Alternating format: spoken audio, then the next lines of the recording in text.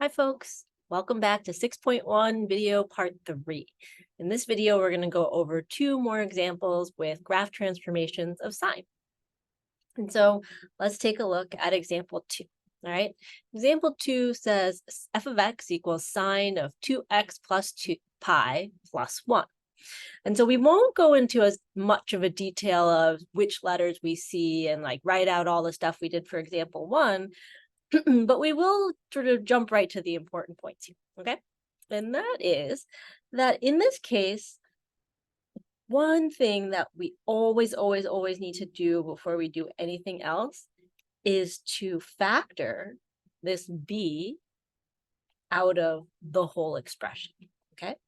So in other words, I need to have sine b is 2, but now I need like x plus something in here, okay? Close it, and then I'll still have my plus 1. Now, when I'm factoring the 2 out of 2x, I get x. The plus sign is going to stay, but if I put a pi here, that would really mean I had 2 pi up here. So I need to think about 2 times something will give me pi. Turns out 2 times pi over 2 is pi. Okay, so we do have to factor this b out of both terms here. I'm going to make a big point out of this because I think it's a really important thing to remember. Okay, so now let's go ahead and figure out, oops, not equals, but what our a, b, and c are. All right, so we have to start with our c. So the first thing that happens here is our shift pi over 2. The second thing that happens is our horizontal compression. And then the third thing that happens is the vertical shift, okay?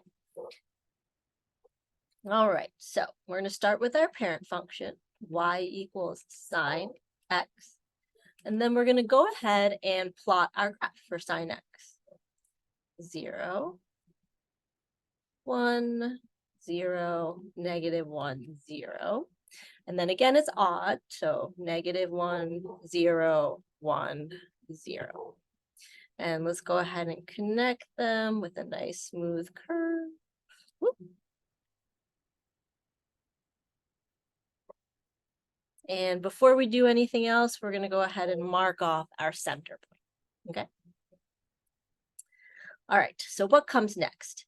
Well, we have y equals sine of x plus pi over 2. All right, and that x plus pi over 2 is going to shift left by pi over 2, okay? That means that, and actually, I could take this whole picture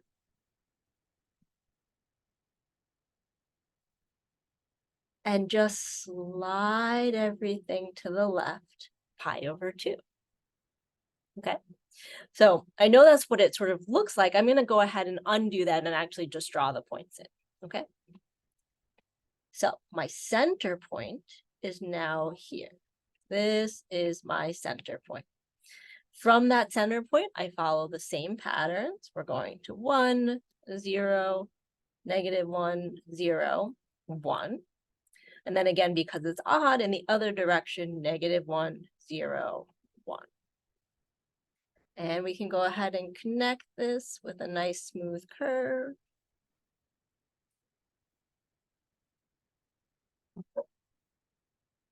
And there we have our horizontal shift, okay? All right, now let's talk about the b value.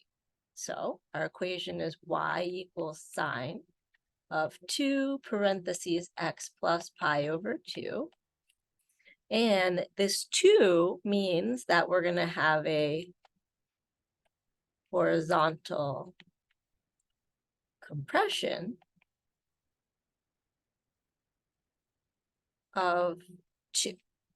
So we're going to take our wave and we're going to squeeze it in twice as close together, but we have to keep the same center point, okay? All right, we're going to go ahead and move all those points in twice as close. So now 1, 0, negative 1, 0, 1, 0, negative 1, 0, 1, 0, and same thing in the other direction. All right, let's go ahead and connect these dots. Got a lot more wave now.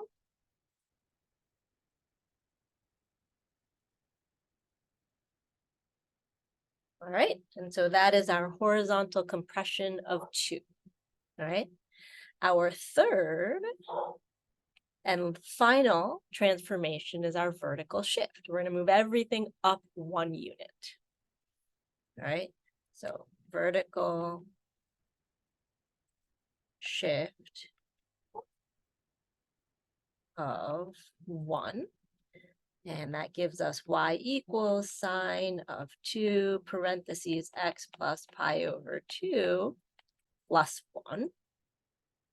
And so I can take every single point here and go ahead and move it up 1 unit.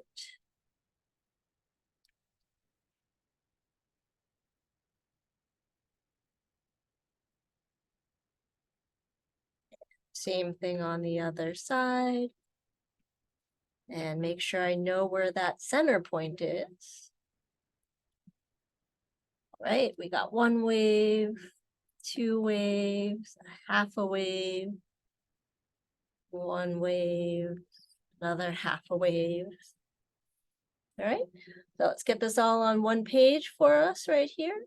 But this is what we have when we break down each graph transformation. So it's almost like we're taking it just step by step and seeing what happened. Okay. All right, let's take a look at one last example.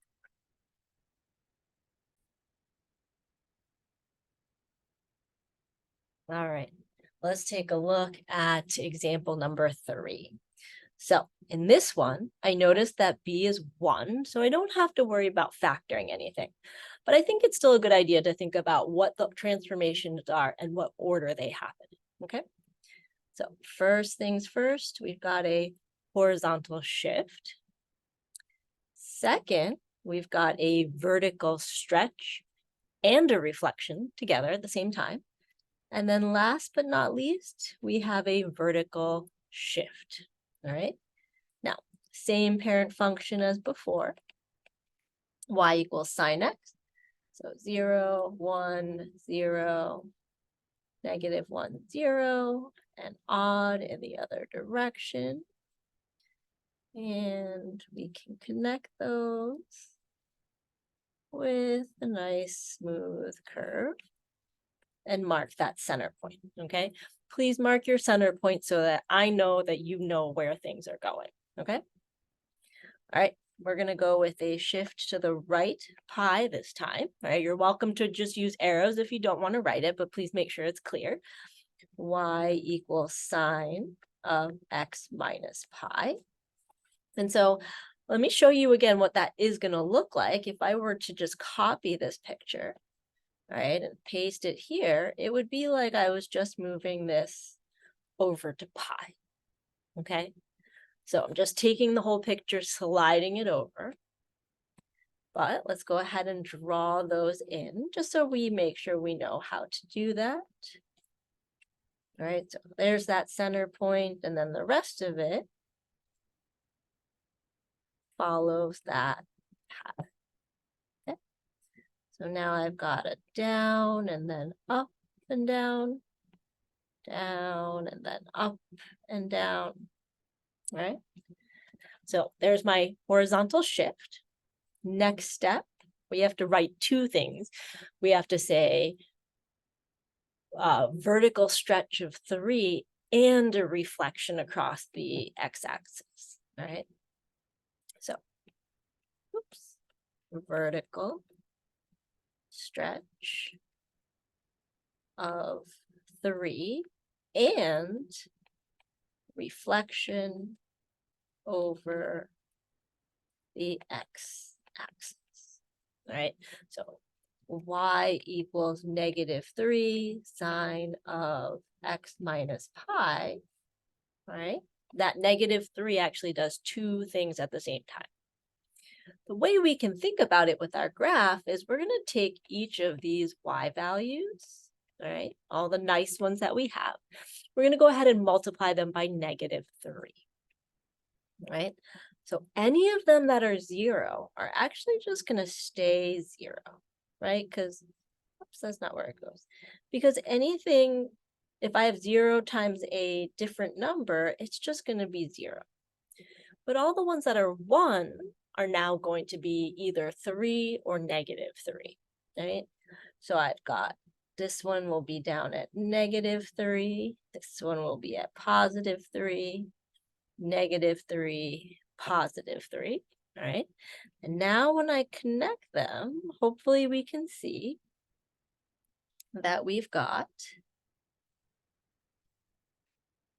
oops, get that center point in there.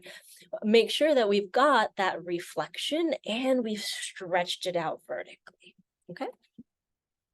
All right, so what is our last step? Well, we're going to shift everything down by 1, all right? So down by 1, and that will give us the equation y equals -3 sine of x minus pi minus 1.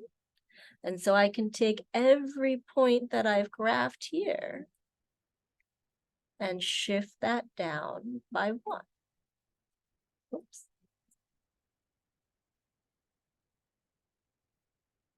So we've got the same sort of shape. It's taller than our original one. It's reflected. And our center point is now there. Okay? So let me get this all on one page for you. But there is our second example for the sine graph transformation. All right. So in part 4, we're going to talk about graph transformations for cosine. And then in part 5, we'll do a couple examples of the graph transformations for cosine. All right. See you there.